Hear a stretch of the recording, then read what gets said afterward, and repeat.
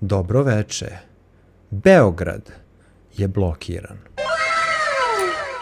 I Beograđani, da vam kažem, milo mi je. Milo mi je što vam je blokiran grad. Ako daju dobri studenti da uskoro i u drugim gradovima u Srbiji budu blokade poput ove danas u Beogradu, a sad ću da vam kažem i zašto. Sigurno ste videli ovaj snimak iz Beograda danas.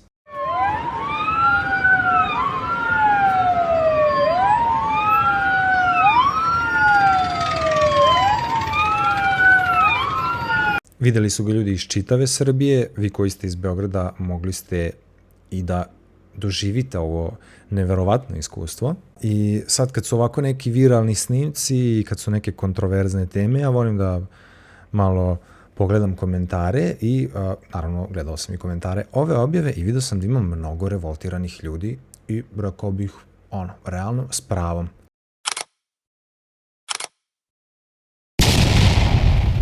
Ali kod svih tih revoltiranih ljudi postoji jedan problem.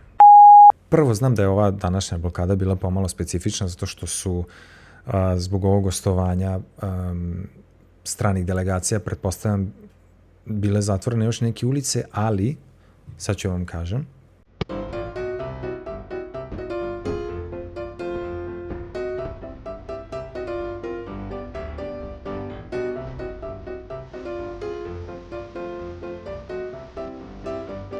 pazite ovo, znači, u Beogradu ne može se preko Drajzerove, rade skoro 10 meseci. Pored Skupštine znamo šta se nalazi, sad su postavili one bele šatore baš na kolovoz. Preko Savskog mosta se ne može jer ga nema. Kroz Karađorđevu, kažu, koja je krenula da se radi, isto ne može. Ona će navodno biti gotova do kraja avgusta. U svakom slučaju, u Beogradu je, to hoću kažem, već saobraćajni kolaps i bilo kakva vrsta blokade, naravno, sad razara saobraćaj u Beogradu. I ima mnogo kivnih u komentarima, međutim, svi ti kivni pokušavaju sve da svale na studente u blokadi. A ono što ti koji kritikuju studente i ostale ljude u blokadi ne razumeju, jeste da vi kritikujete posledicu, a ne kritikujete uzrok. I to je nešto što je problem od početka blokada. Dakle, vi koji ste protiv ljudi u blokadama, vi zapravo kritikujete posledicu. Niko se nije, ajde sad, mislim, niste glupavi, niko se nije probudio jednog jutra i rekao, jaj, kako je sve lepo i divno i bajno u Srbiji, sad ću da idem da blokiram put. I don't want peace. I want problems, always! Naravno da ne, već su svi ljudi na ulicama sa debelim razlogom. Ja ne volim da ih zovem blokaderi zato što mi je to pogrdno i mislim da menja kontekst. Ljudi u blokadama su na ulicama sa debelim razlogom.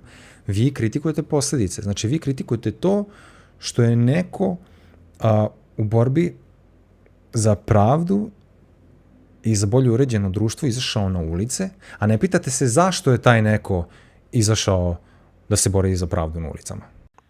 Izvinite, jako su počele da me peku oči od svih političkih kojih sam se nagledao tokom čitavog dana, pokušavajući da shvatim i zašto su ljudi na ulicama. Uzrok koji bi trebalo zapravo da kritikujete vam je Srpska napredna stranka.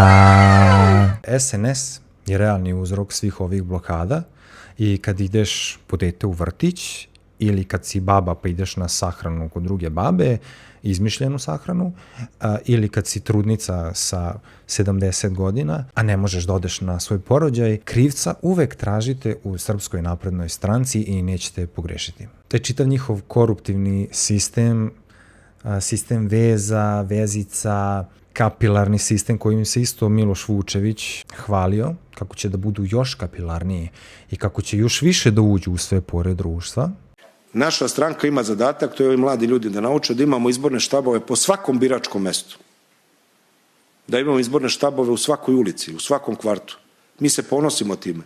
To je snaga naše stranačke organizacije, naše stranačke infrastrukture. A da, pravit ćemo i organizovat ćemo izborne štabove svuda. I radit ćemo što dublje, što kapilarnije, što organizovanije. To je snaga jedne političke stranke. To je na ponos nas. I ići ćemo u kampanju od vrata do vrata, imat ćemo call centre, iznosit ćemo pulteve, pravit ćemo skupove, razgovarat ćemo s građanima. To je deo političkog pluralizma, to je demokratija.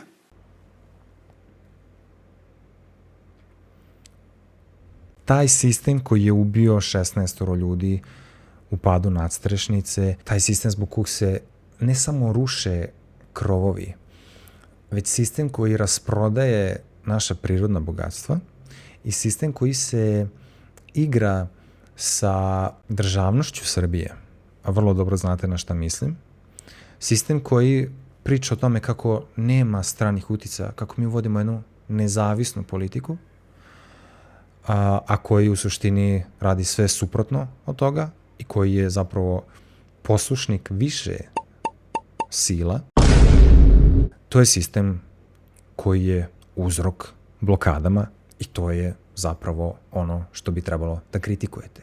I kad god pomislite da opsujete neku osobu u blokadama, malo se počešite po glavi pa onda opsujte koga zapravo bi trebalo da opsujete. Čitav ovaj sistem naravno doživljava svoje otelotvorenje u liku i delu našeg predsjednika Ace Srbina. Tako da bi možda on mogao da bude adresa za sve vaše primedbe i za to zašto su ljudi uopšte na ulicama. Inače, predsjednik i teta Suzana koja mu vodi društvene mreže su izuzetno ažurni i oni uvek vide kada ih ja tagujem na objavi, kada ih označim, tako da verujem da ukoliko biste i vi pisali predsjedniku, da bi on to video i da bi definitivno uzeo u obzir vaše primedbe. Sprdam se, naravno, bukvalno nikada nećete dobiti odgovor, eventualno možda dobijete neki sin, ali odgovor nikad, baš kao što nikad nećemo dobiti ni izvinjenje za lažne izjave ili za lažne objave koji i dalje stoje javno dostupne na predsjednikovim društvenim mrežama. I kao što sam već rekao, milo mi je, a stvarno mi je milo što se ovo dešava, zato što i dalje jako mnogo ljudi odbija da prihvati, odnosno da osvesti to zašto nam se sve ovo što nam se dešava. I ne znam, nekad imam osjećaj da bi neki ljudi bili u stanju da dopuste da ih neko udara kao onaj džak u teretani i da ih lupa dok ne budu na izdahu i treba da osvestite zašto vam se dešava sve ovo što vam se dešava.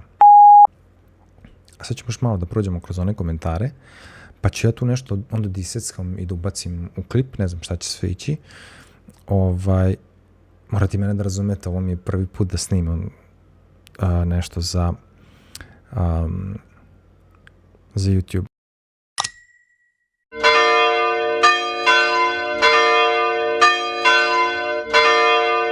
Kaže jedan od top komentara: biće još gore jer se Beograd prodaje privatnom licu da gradi i širi Beograd na vodi odade Ciganlije do Dorćola i dalje. To isto tačno, pretpostavljam. Mislim, nisam iz Beograda, ali vidim šta se dešava i u Novom Sadu i da je samo bitno da niču više spratnice.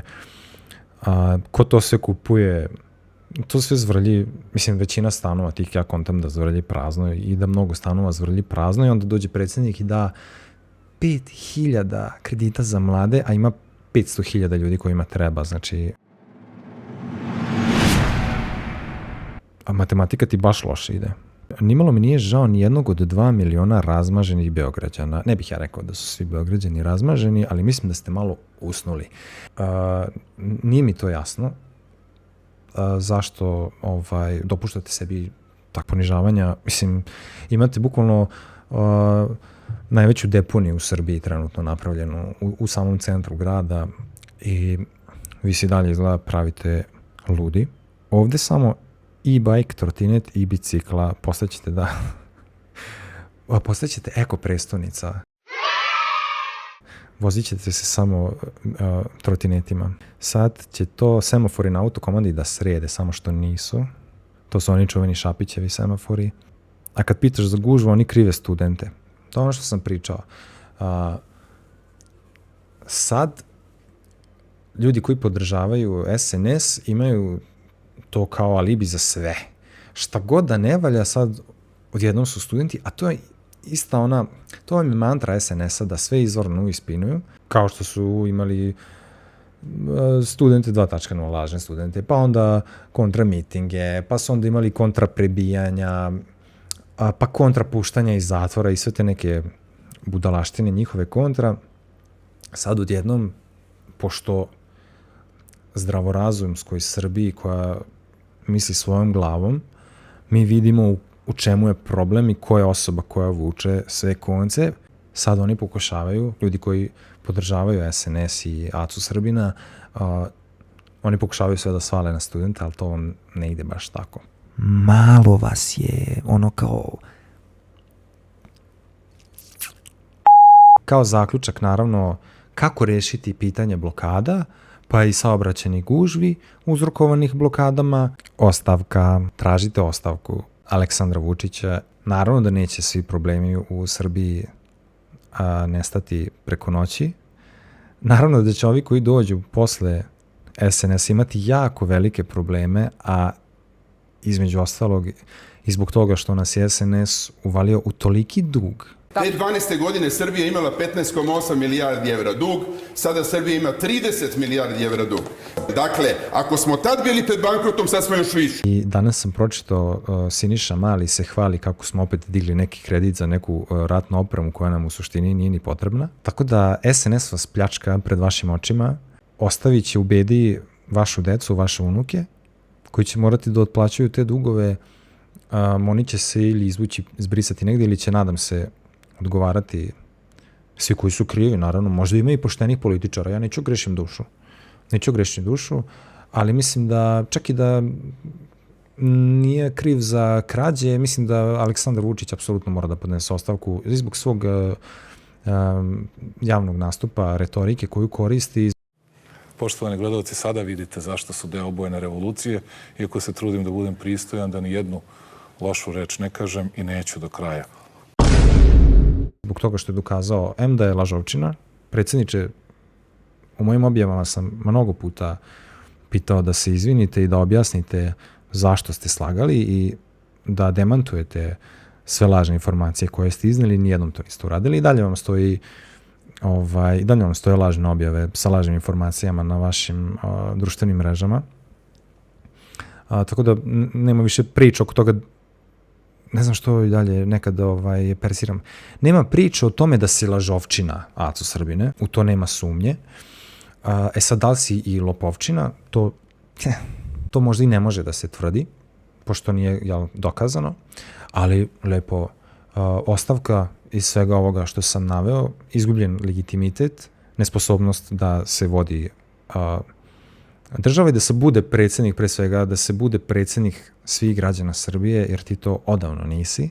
Ti si predsjednik samo jedne svoje male ucenjene grupe koja se prodaje za, pa ne znam, eto tu platicu od 800-900 evra ili kao pre neki dan za usisivač i frižider. I ja ću te još jednom, kao i u svakom svom videu u posljednje vreme, pozvati da podneseš ostavku.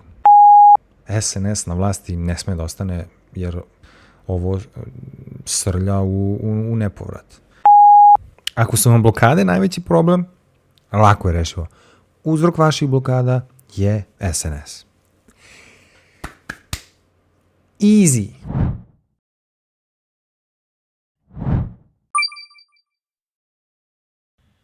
Ako je iko izdržao do kraja videa, mnogo vam hvala i ne zaboravite, ovo je moj prvi video ikad i uvek može gore.